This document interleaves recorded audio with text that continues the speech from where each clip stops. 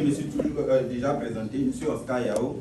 Et ce matin, ce n'est pas à moi que Dieu fait le privilège de vous partager le repas du Seigneur, mais c'est à notre sœur Gisèle Guina que Dieu a choisi pour nous faire le repas du Seigneur. Mais elle m'a demandé de lire un passage dans la Bible, dans le livre de Psaume 73. J'ai lu le verset 26. La Bible nous dit: ma chair et mon cœur peuvent se consumer. Dieu sera toujours le rocher de mon cœur et mon partage. Donc, sous vos ovations, je vais donner la parole à Gisèle.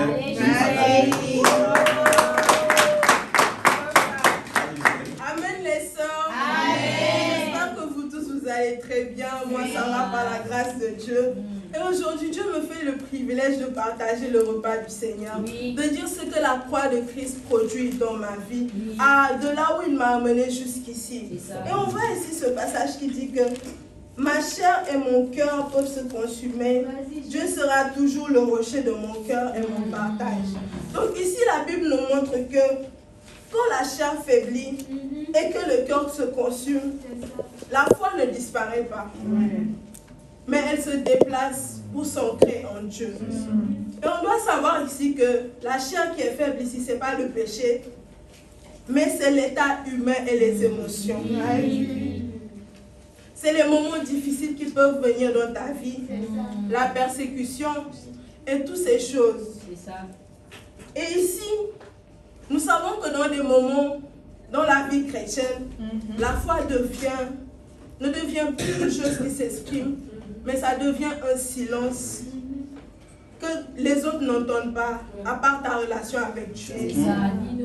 Parce que, on va prendre l'exemple d'un iceberg dans la mer. Notre foi est comme une iceberg. Parce qu'on voit l'iceberg, les 10% se voient sur la surface, mais les 90% sont de l'intérieur. Donc, on voit ici ce passage qui nous montre que quand les 10% se montrent et que les 90% ne se montrent pas et qu'il y a une difficulté, le rocher, c'est Dieu. Et moi, c'est Gisèle Elisabeth Boto-Edina, étudiante à la faculté des sciences juridiques, économiques et sociales de Casablanca, baptisée le 23 juillet 2023. Et depuis mon baptême, j'ai fait sujet de beaucoup de persécutions, de difficultés dans la foi qui est très difficile. Et pendant les premières années de ma foi, depuis 2023, c'était arrivé, mais à un moment j'ai dit, mais bon, ça va passer dans ma tête, ça va passer. Et ce qui fait plus mal, c'est quand la persécution vient de tes parents. Et cette persécution ressurgit au moment où j'étais très fort dans la foi, où je me donnais à fond pour Dieu, où je cherchais à faire ce qui lui plaît. Et je faisais ma formation.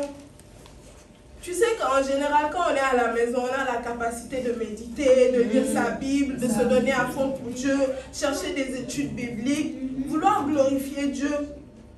Mais à 2 ou à 3, à 4, on est plus fort. C'est pour cela que la Bible dit que 2 valent mieux que 1. Et ma formatrice, voyant que peut-être que mon environnement pouvait impacter ma vie chrétienne, mais tu peux prendre un moment, rester chez les sœurs.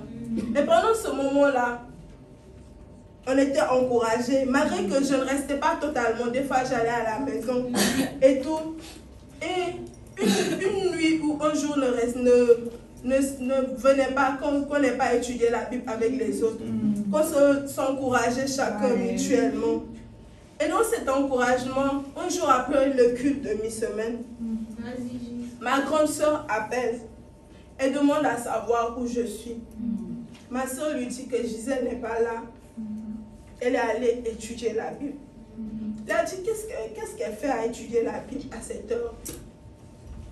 Et sachant qu'en ce moment-là, ma soeur n'était pas à la maison, c'est ce jour-là qu'elle est arrivée. Elle était chez une amie. Et quand elle a su cela, elle s'était fâchée. Elle m'a dit que c'est bon. Comme que toi tu dis que tu veux te donner à Christ, va, Christ va te donner à manger.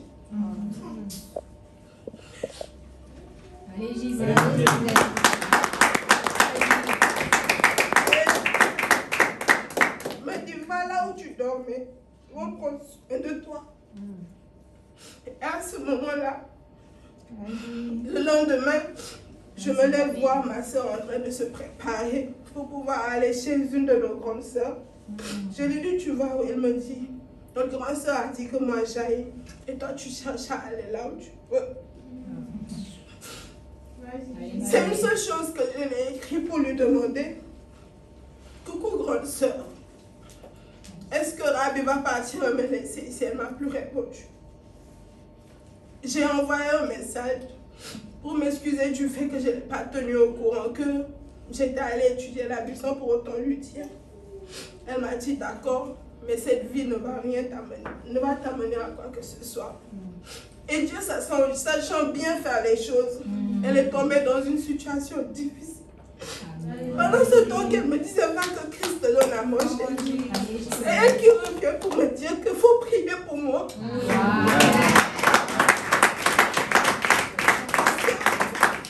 La situation dans laquelle que je suis, tout est écroulé autour de moi. Je n'ai plus rien. Et ça faisait qu'on n'avait même plus la capacité de payer la maison parce qu'elle n'avait plus l'argent pour nous donner. Et pendant ce temps, j'ai pris un moment de jeûne, j'ai dit ma foi ne va pas rester comme ça. Je lui ai donné un délai.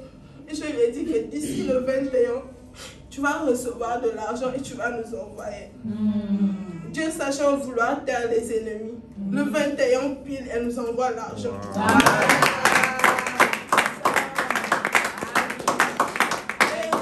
Quand elle envoie l'argent, elle me dit, pour ne pas parler de ça, elle me dit continue de prier. Continue de prier pour moi parce que c'est très difficile. Elle me dit prends ta soeur. Elle qu'elle voulait prendre et mettre de côté et me laisser seule aller chercher. Elle me dit prends ta soeur et priez ensemble.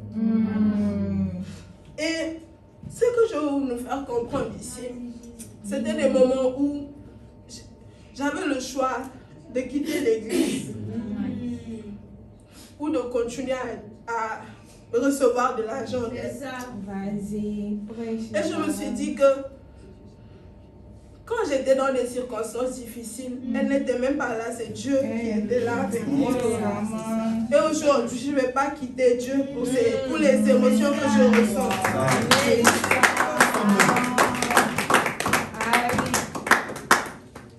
Et frères et sœurs, je veux nous faire comprendre une chose, que la foi ne se ressent pas.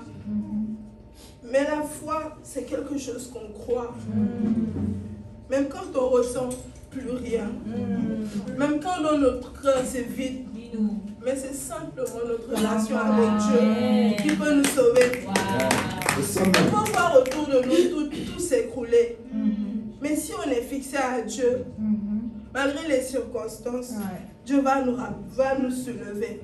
Et n'oublions pas une chose aujourd'hui. La foi qui traverse la nuit et ne se détourne pas de Dieu. C'est une foi précieuse aux yeux de Dieu.